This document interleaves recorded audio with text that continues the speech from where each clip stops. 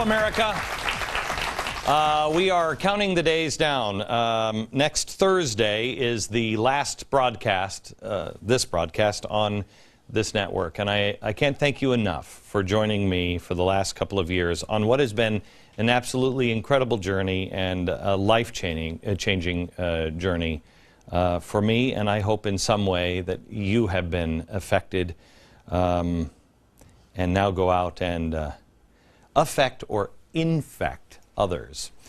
Join us all next week for the final episodes here on Fox. Now, tonight we're going to talk a little bit about history. This book was written by a friend of mine. We talked about it last week. Trust me, if you're going to order it, you should order it at the beginning of the episode. I understand it's already 3 weeks out of print, so it's going to be, they're printing them as fast as they can.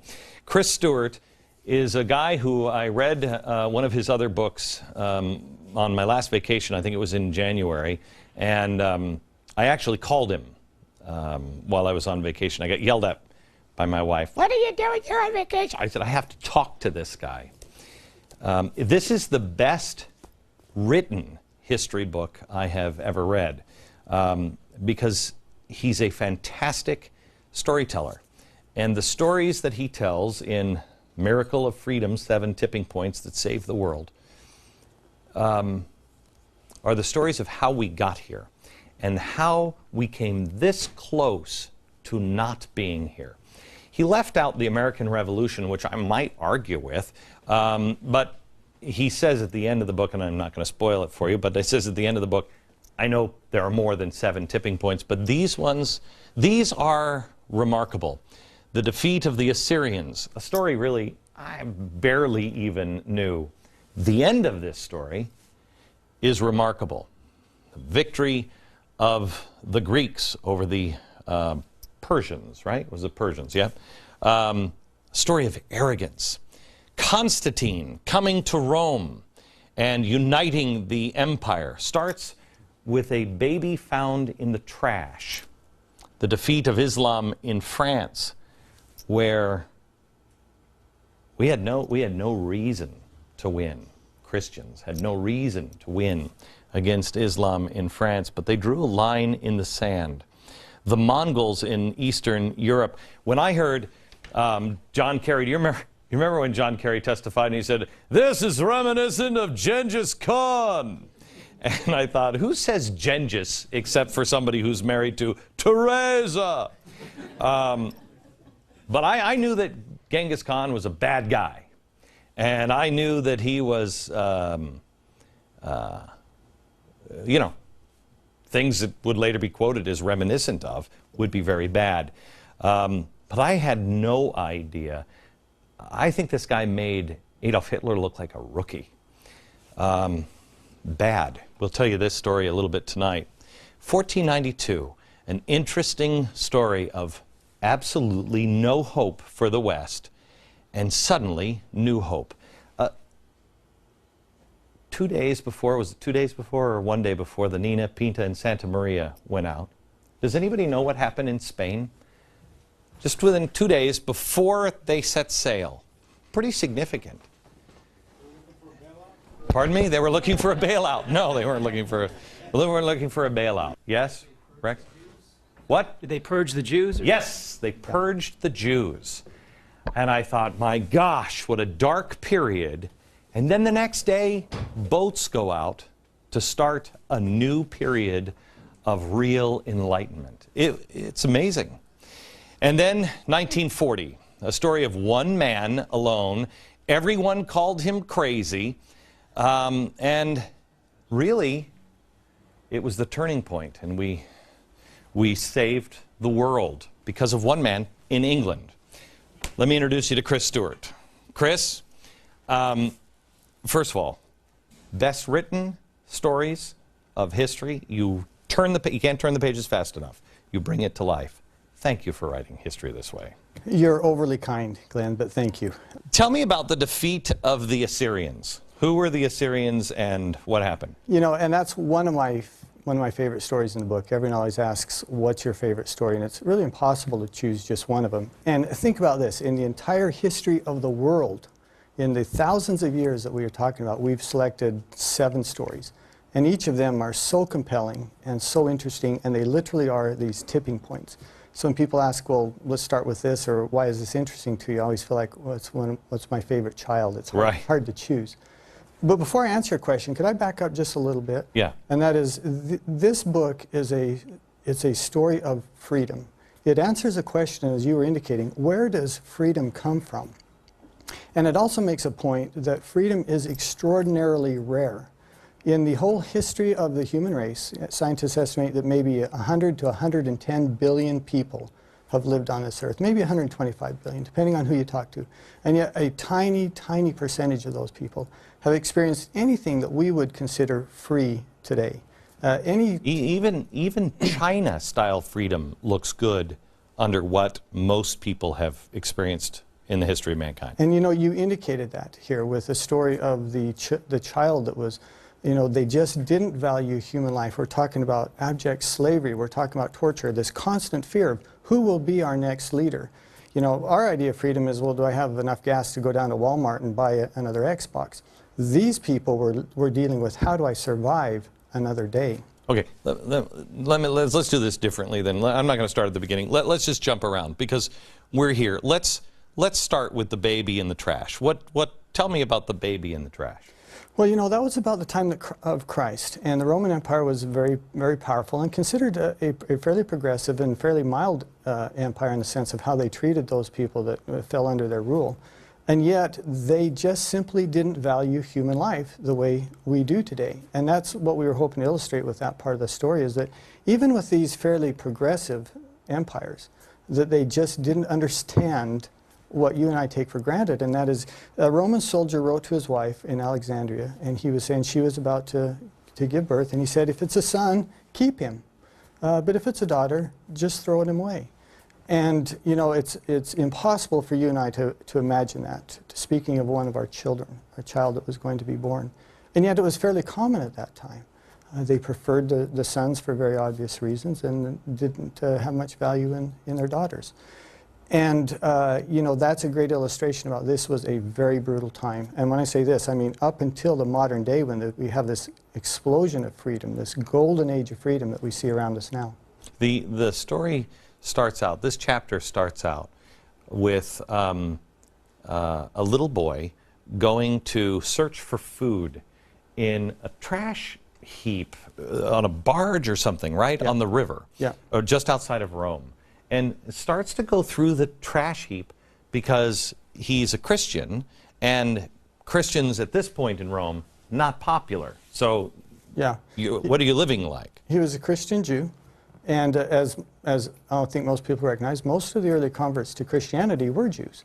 And they were not, of course we know, the Christians weren't treated very well in the Roman Empire. And especially Christian Jews. Yeah, that's right. Kind of a double right. whammy there. And so they were doing what a lot of people did, and Rome was a fairly wealthy city, and like unfortunately today, they threw out a lot of food that would sustain people around the world. And so it was common for people to go through the garbage heaps and to be looking for food or anything of any value, actually. And in doing so, he came across what was not that unusual, an infant who had been thrown away and had survived a night and decided to take her home. So he hears the cries of this baby as he's going through the trash heap, and he's putting apple peels into his pocket, and he hears the cries of a baby and picks him up. And you suddenly realize that he is totally unique in the culture, that the culture is set up to a point to where anybody else, a Roman citizen, would have left the baby just in the trash heap. It's not like you go to the police and say, hey, he then takes the baby and goes to his uncle, who is Josephus. Yeah. Who is Josephus? Well, and Josephus in this case isn't the Josephus that you Oh, it's not. I thought it was. In history. No, it's a character who would have lived sometime after that. Okay. But the whole point of this story is to illustrate, as you were saying, that this was a turning point in culture in the sense of for the first time, this Judeo-Christian idea that every person is a value. including slaves, including those who are not free, including those who are not citizens. Every person has a value. So then Constantine comes, and because he sees a cross in the sky, and he says, with this symbol you will become the Caesar Augustus. Under this right? sign conquer. Right. And there's different interpretations, literal translations of what he saw, but that's essentially it. Under this sign conquer. And the amazing battle that happens, he comes, now remember, think of Rome as Rome, and it's a walled city, and it has a river, and you're not going to fight Rome at the wall, and yet he marches his army up to the wall. And tell the rest of the story. Well, and he had been bringing, it was a conflict between two men who wanted to be Caesar Augustus, the ultimate ruler of Rome. And had he had to lay siege to Rome, it would have been a very, very bloody battle that would have lasted perhaps for months or even longer. And yet the other emperor, who was his opponent, felt there was no question that he was going to win this battle. And Arrogance. Arrogance. And he sent his forces out to destroy Constantine and his army. And he maneuvered in some tactical ways that would put him at a disadvantage, and much of his army was drowned, and the rest of it was defeated. He comes out of the walled city, crosses the river, and says, you're not going to destroy us. Constantine backs the army up. They fall in the river. They're slaughtered, and they drown in the river. Yeah, including the emperor himself, fell off the bridge and was drowned in the river. Amazing, amazing story. And it was that turning point. It was that moment that, I mean, we could argue about Constantine. I think Constantine was an interesting guy. Yeah. And you can argue about Constantine whether he was good or bad. But it was a turning point from Christians being hunted, depending on who the emperor was, being persecuted, to all of a sudden, wait a minute, we're somebody. Yeah. And it was the turning point for Europe. Yeah, but Constantine was in what would consider late middle age at the time. He was in his 40s, spent his entire life as a pagan, and I think there was a conversion process that took place over several years. My favorite is he didn't get baptized until just on his deathbed. As emperor. This is my favorite quote, and I'm butchering it. I don't know if you know this quote because it's not in the book, but he said something along the lines of, as emperor, there are things I have to do. Baptize me when I'm dying. Yeah. He wanted the forgiveness for all the crap he had to do. Save it. I've got bad stuff I got to do. That's covering your bases. Yeah. But whether he was truly converted or the process through which he was converted, whether it was instantly or over years or what was in his heart, it doesn't matter. The thing that's important started the ball rolling. That's right, is for the first time the Romans accepted Christianity instead of persecuting them. And that very quickly, a large percentage of the Roman Empire became Christian. I was really struck by, again, the point of the book, at least that I got, was there's no way man should be free. Everything is set up against man being free. There's no way that we're free today. All of these things, and these are just 7 that you point out, none of these things should have happened. Yeah. It shouldn't have fallen that way. But they did. It was that point, and also no place, maybe Somalia, some places in the Middle East, they know what horror shows are, but very few in the world really understand what real horror shows are. Yeah, it's so outside of our normal experience. Even things that we can read or see on television. Right. But that was the norm. Yeah. Right? About what time? Well, probably the last few generations. Here's some interesting numbers. There's only 22 nations that have experienced democracy today for greater than 50 years. We talked about 100 to 110 billion people have lived in this earth. Only 5 billion of them have ever experienced what we consider freedom, and 3 billion of them are alive today. So this idea of freedom, and we look around us and we say, well, this is the way things are, this is the way things have always been, is simply not true. It's something that is a modern experience. It's a modern, even up through Soviet Union or communist China. Enormous numbers of people who, in a very recent time, didn't experience what we take for granted all the time. When we come back, I want to talk to you a little bit about Genghis Khan.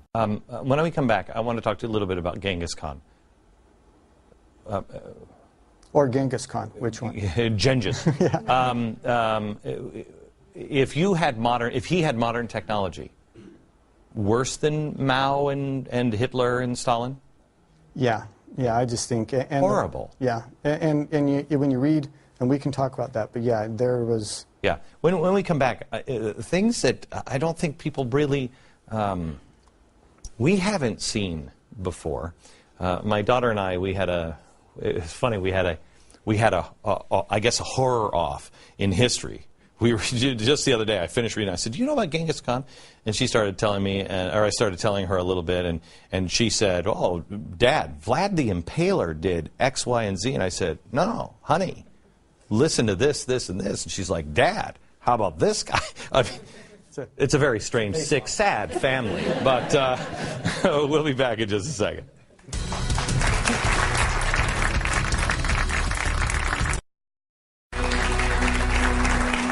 Back with Chris Stewart, the author of the seven Tipping Points that saved the world.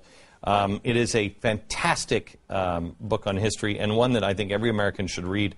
It is one that you should own and read because it gives you some concept of how odd our life really is.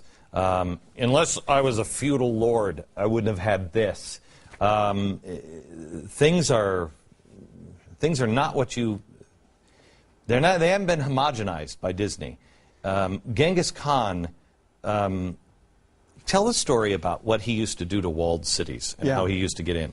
Well, you know, there's a couple ways you can breach a barrier. You could build a catapult, you could build a ramp, or you could do what he did, and that was you took slaves or captured citizens and you would kill them and then pile their bodies up. And found out that that was a pretty nifty way to breach a wall as well, is just pile up the people you'd captured and killed. So if you have a wall, he'd just take captives, start piling their bodies up until he made a ramp. And then he would march his army up the ramp of dead bodies. I was struck by, we talk about people now. You're using children as human shields. This guy did it and didn't care what anybody said. He took it to a whole other level. There's a scene in there where they're attacking an empire and the capital of this kingdom. And as the horses are riding towards them, they put rags around their feet to muffle the sound of their approach, and it makes it a little disorienting for the soldiers because they don't know from what direction all of them are coming. And they're looking through the dust, and you can see something before them as they're driving their horses forward, and then they realize their archers are about ready to attack, and they realize they're driving children from other cities around the capital there before the army, and they would use these children as you said, human shields. Sometimes they would tie them to their saddles and hold them in front of them, so that the archers, what do you do then if you've got these children out there in the middle of this battle that have been driven into, before the Mongols? Do you dare fire your arrows, or do you hold back? And again, the confusion and the hesitation it would cause. It's a very evil, but probably an effective tactic. He went up. Genghis Khan went up. I mean, the Mongols, they swept everywhere. Yeah. I mean, give an idea of how big that turned into. That's a great point, because at one point he controlled more territory, in fact twice as much territory as any other single man.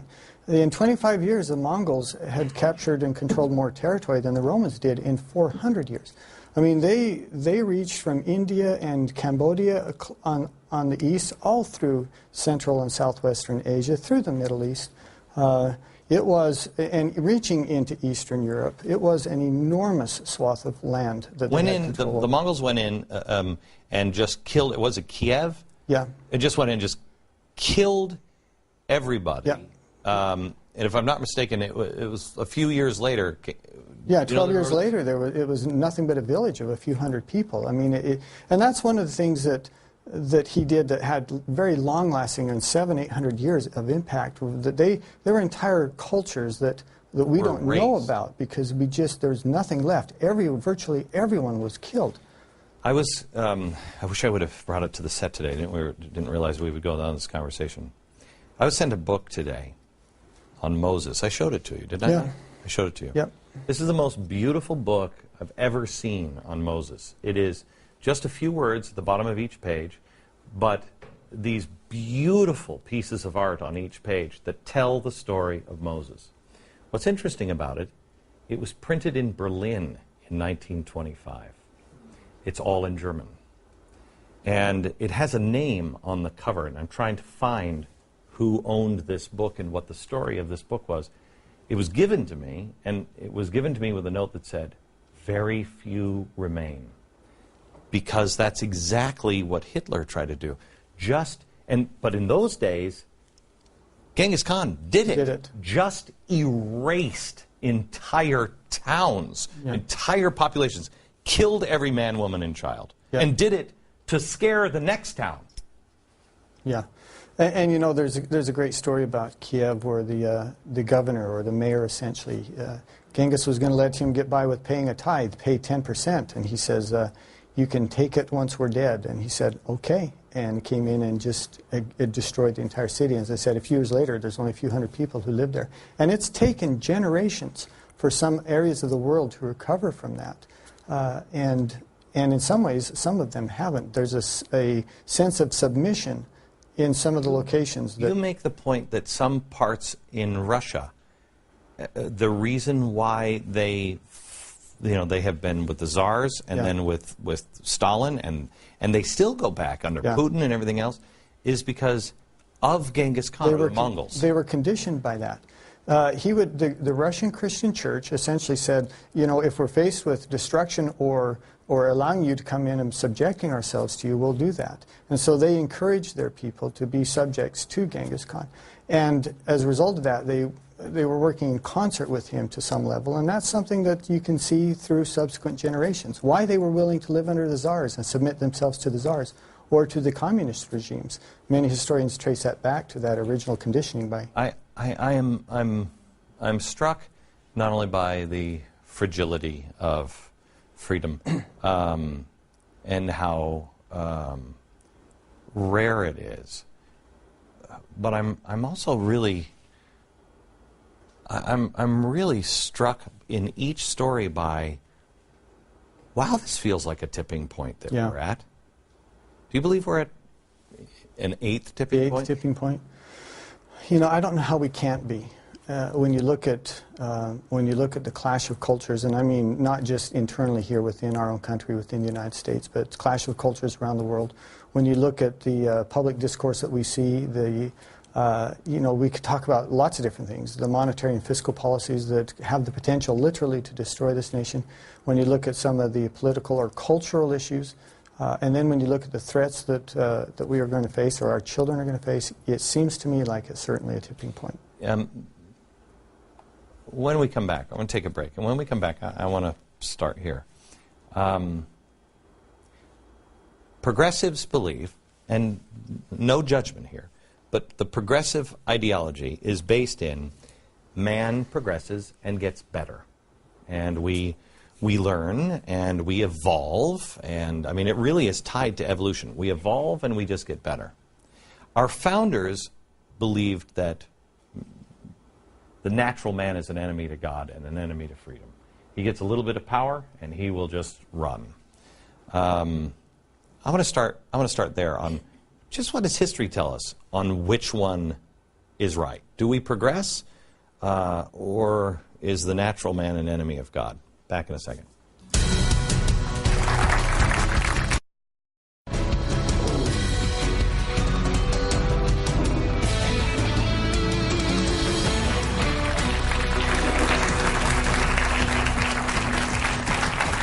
We're back with Chris Stewart, author of 7 Tipping Points That Saved the World. It is, I think, the best written history book. You know what, I shouldn't say that, because you are going to get so much crap from everybody. It's horrible. If you're a pointy little egg-headed freak at a university, well, I'm a history professor, and I've written all these books that nobody has read. Yeah. There's a reason for that. Really, really well written. You learn history through the weaving of a great, great story. 7 tipping points for freedom. And when we went into the break, what I set up was, which one is right? Progressives who believe that men learn and get better and we progress, or I think what is common sense, man never learns a damn thing as a group. We keep repeating the same mistakes. And you've got to shackle men as much as you can in positions of power, because the bad guys will always grow. Which is right? You know, history seems to indicate that we're not very good at policing ourselves. That men come to power, and once they have power, as we've talked about so many times here, that tyranny rules. And that's why, you know, this thing, this democracy, this republic, the United States, that is a recent phenomenon when compared with the history of the world. That's why this is such a miracle. That's why this is so astounding, because for the first time we broke that mold. Jim, your question on this. This started with your 40-day and 40-night challenge. I started reading the Bible on a regular basis, and out of that I drew questions. In the book of Psalms, we're taught that you can't put your faith in man to rule. He becomes corrupt. And in Daniel, it tells you that eventually God will destroy all the kingdoms on earth and establish his own kingdom and government. Yeah. So can we as man rule ourselves, or do you believe in the American exceptionalism if it says in the Bible that we can't? No. Man can rule himself. Men? No, not so much. That's what the founders knew. The founders knew that man, I put my faith. Somebody said to me, I had lunch with somebody today, and they said, Glenn, you're so pessimistic on the American people. And I said, what makes you think that? I believe in the American people every time. I'll put my faith in you and the business down the street. I'll put my faith in them every time. Huge, giant global corporations or giant global governments? No, not so much. No, I won't. Because they want to rule over. I want to rule myself. You rule yourself. That's the difference. Is can we create a system that gives you the maximum power to rule yourself and the maximum limitation on someone who wants to rule over you? Because only God can set up a kingdom that is truly just. You know, I love this stuff about social justice, this garbage about social justice. There's no such thing. There can be equal justice. We can strive for equal justice here, but there's only one great power that will even everything out. Maura, your question. I think that we really are at a tipping point with what's happening with Israel. And I don't think our current administration, respects what the will of the people is. So I'm wondering, how do we stop them from betraying our friends in Israel? How do we let them know that we do stand with them? I personally have an answer. I want you to kind of go to the defeat of the Assyrians here in a second. My answer is, again, man must rule himself. You have to make the personal choice to stand and be seen standing and let people in Israel know. If there's enough people that stand up as individuals, our governments will fail us every time. They always have. So why are we waiting for them? Why are we looking at them and saying, well, we should change their mind, we should change their course? Forget about them. Stand up. Because in the end, you're not going to have the excuse, well, the government did it. Well, I was just obeying orders. It doesn't matter. It doesn't matter. It's the individual that makes the difference. You tell about, because this gives me real hope. Listen to the end of this story of the Assyrians being defeated. Okay, and could I make a comment on the previous question? I'd like to tie two things that were said there. One of them is the idea of American exceptionalism, and the other is, will we stand with Israel? I absolutely believe in this idea of American exceptionalism, and I'd like to point out that we are not the only people who feel that way. A few years ago, I was in Morocco, had an opportunity to go to one of the most poverty-ridden, anti-American, anti-Western neighborhoods maybe in the world, and felt fairly uncomfortable there. And as I'm walking down this little alley, and these alcoves built into the side of the hill where there'd be little shop owners, and there's a little man standing there guarding his money box, and behind him is a poster written in English which catches my eye, and it's the Gettysburg Address. And I read that and I'm astounded. What is that here? And he and I look at each other and he kind of smiles to me. And I realize that, yeah, we believe in American exceptionalism. We believe that we have a special role in the world. But there are tens of millions of people around the world who believe the same thing. They hope the same thing. They want that to be true because they know that their best hope of living under any sort of democracy or freedom or greater economic freedom will come because of our efforts. And I think by extension that applies to our stand with Israel as well. Hang on just a second. With our understanding and living the true principles behind the Gettysburg Address, and again, I believe the individuals doing it, not because we're responsible for a lot of oppression too. I'm sorry, but I don't believe in ghost planes. I don't believe in picking people up and saying, hey, we're going to drop you off in Egypt unless you talk to us now. No.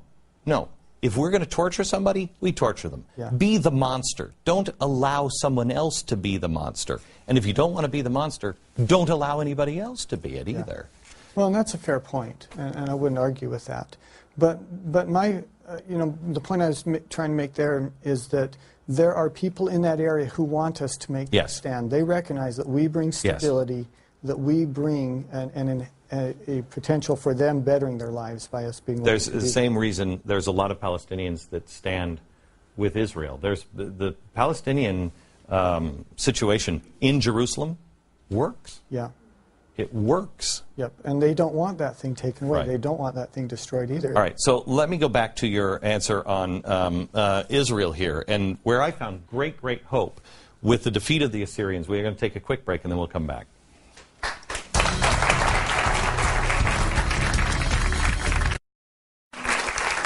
Back with author Chris Stewart. He's also, he's such an overachiever. He is also an Air Force pilot. You hold some records, fastest speed around the world or something? Fastest nonstop flight around the world.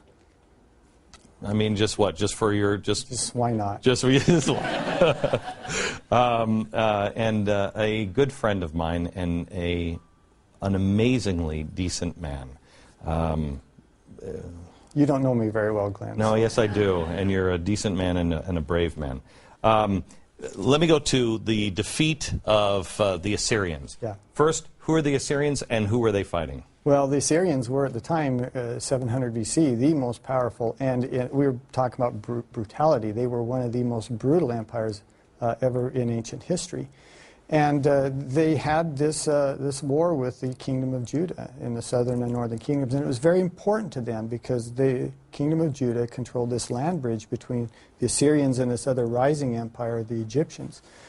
And they set out to destroy them. And Judah, at the point, this is the southern part of Israel. Judah is a speed bump to the Assyrians. The Assyrians are the United States of America, and they're Yemen. Yeah. Judah is Yemen. It's a speed bump to make sure that they get to Egypt and crush that forming power of Egypt. Yeah, and in fact, they had already crushed the northern kingdom and dispersed them. Thus, we have the lost 10 tribes that so many people know about.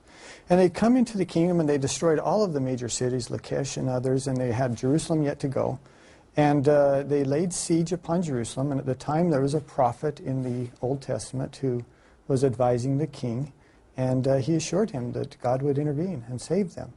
And the Assyrians were pretty good historians, and they have depictions of this battle. And although they don't say why, there was a significant part of their army that was probably taken with the plague, is what they say, 180,000 of them in a matter of a few days. The Bible depicts it as they were destroyed by an angel of God.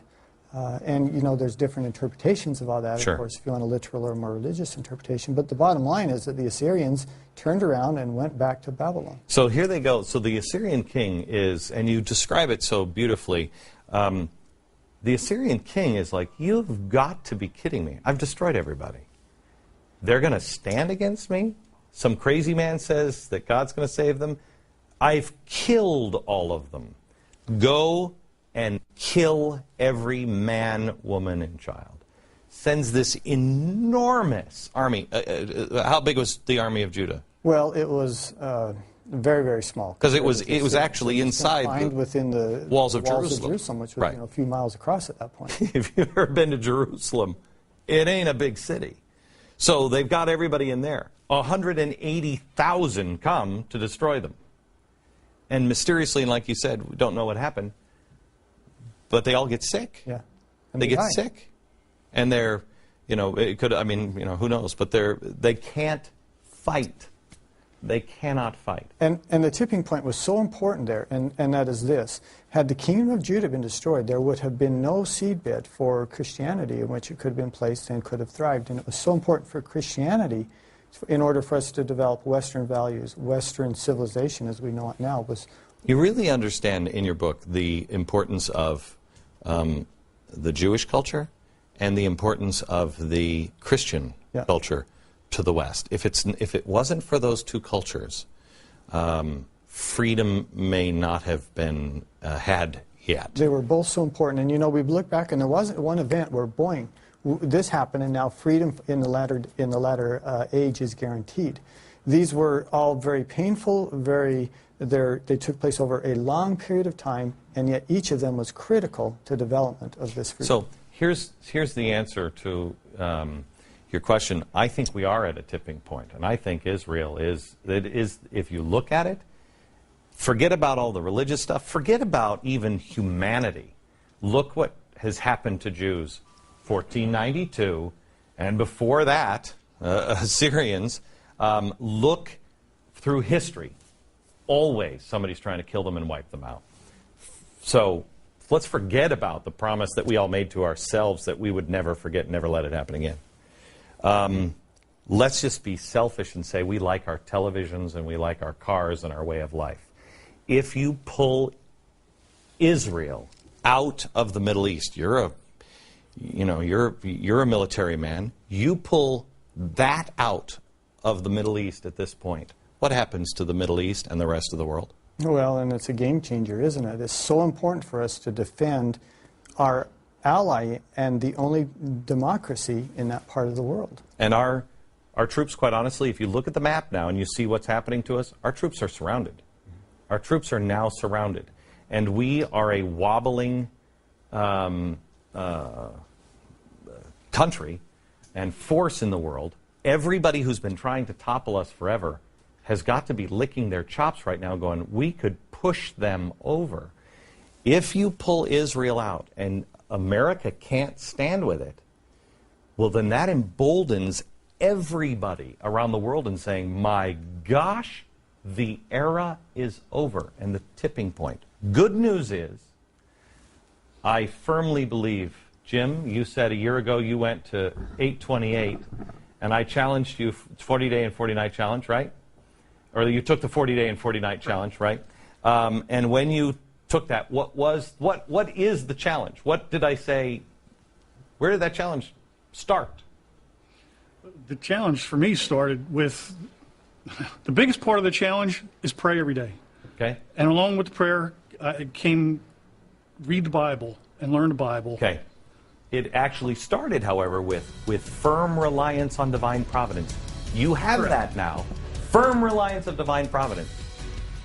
Defeat of the Assyrians with divine providence. It will happen again. Watch.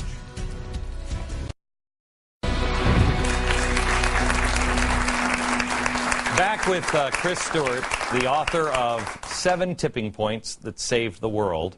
I can't recommend this book highly enough to you, especially because of the ending, which I want to highlight just a little bit of.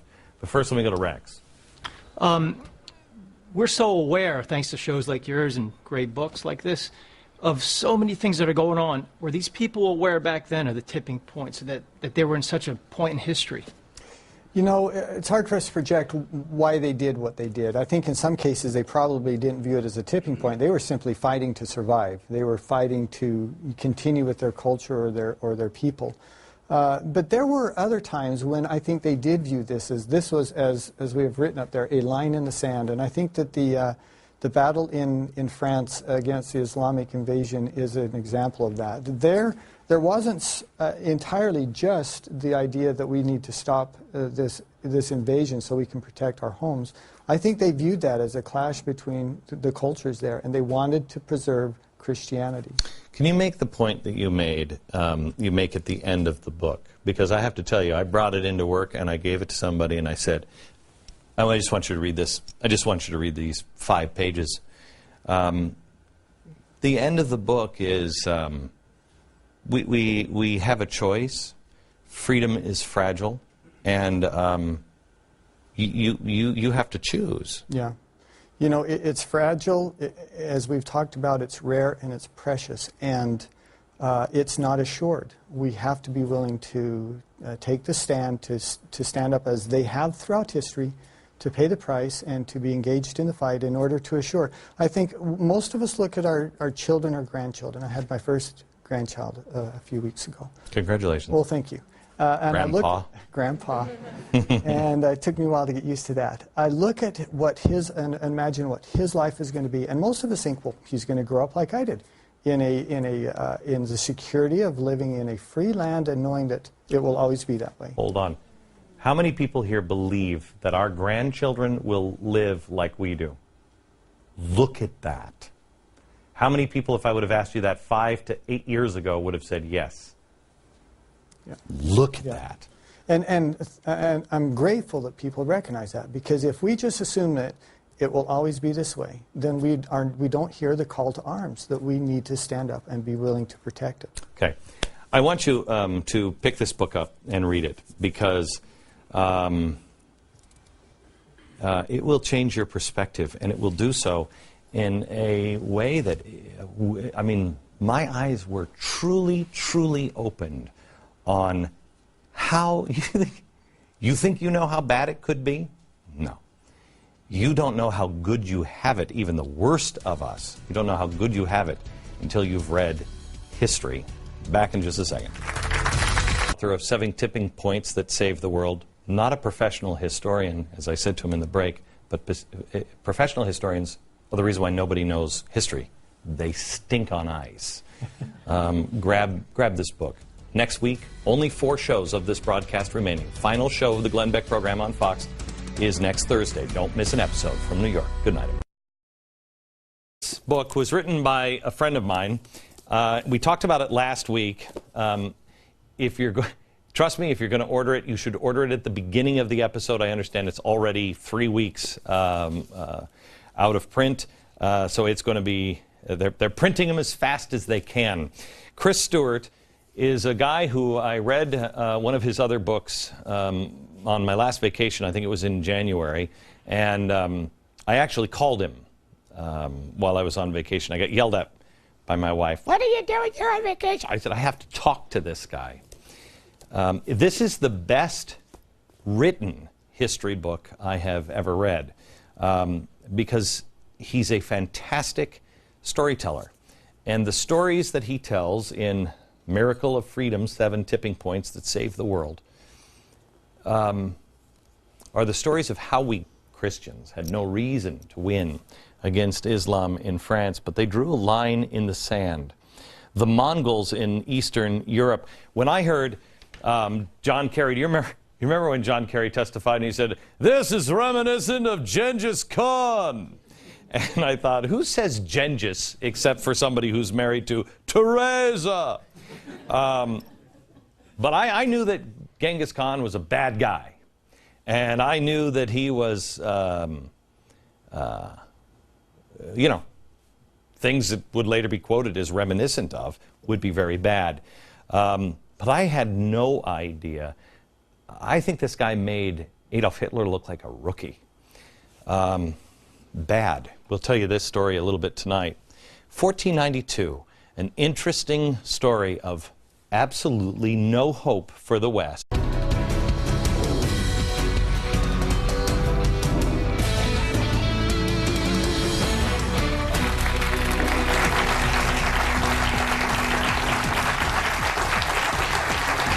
Hello, America. We are counting the days down. Next Thursday is the last broadcast, this broadcast on this network. And I can't thank you enough for joining me for the last couple of years on what has been an absolutely incredible journey and a life-changing journey for me. And I hope in some way that you have been affected and now go out and affect or infect others. Join us all next week for the final episodes here on Fox. Now, Tonight, we're going to talk a little bit about history. This got here and how we came this close to not being here.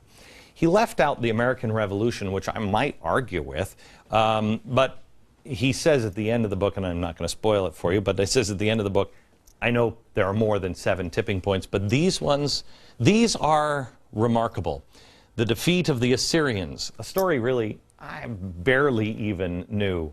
The end of this story is remarkable. The victory of the Greeks over the Persians, right? It was the Persians, yeah. Story of arrogance. Constantine coming to Rome and uniting the empire starts with a baby found in the trash. The defeat of Islam in France, where we had no reason to win. And suddenly, new hope. 2 days before, was it 2 days before or 1 day before the Nina, Pinta, and Santa Maria went out? Does anybody know what happened in Spain? Just within 2 days before they set sail. Pretty significant. Pardon me? They were looking for a bailout. No, they weren't looking for a bailout. Yes? Rex? What? Did they purge the Jews? Yes, they purged the Jews. And I thought, my gosh, what a dark period. And then the next day, boats go out to start a new period of real enlightenment. It's amazing. And then 1940, a story of one man alone. Everyone called him crazy.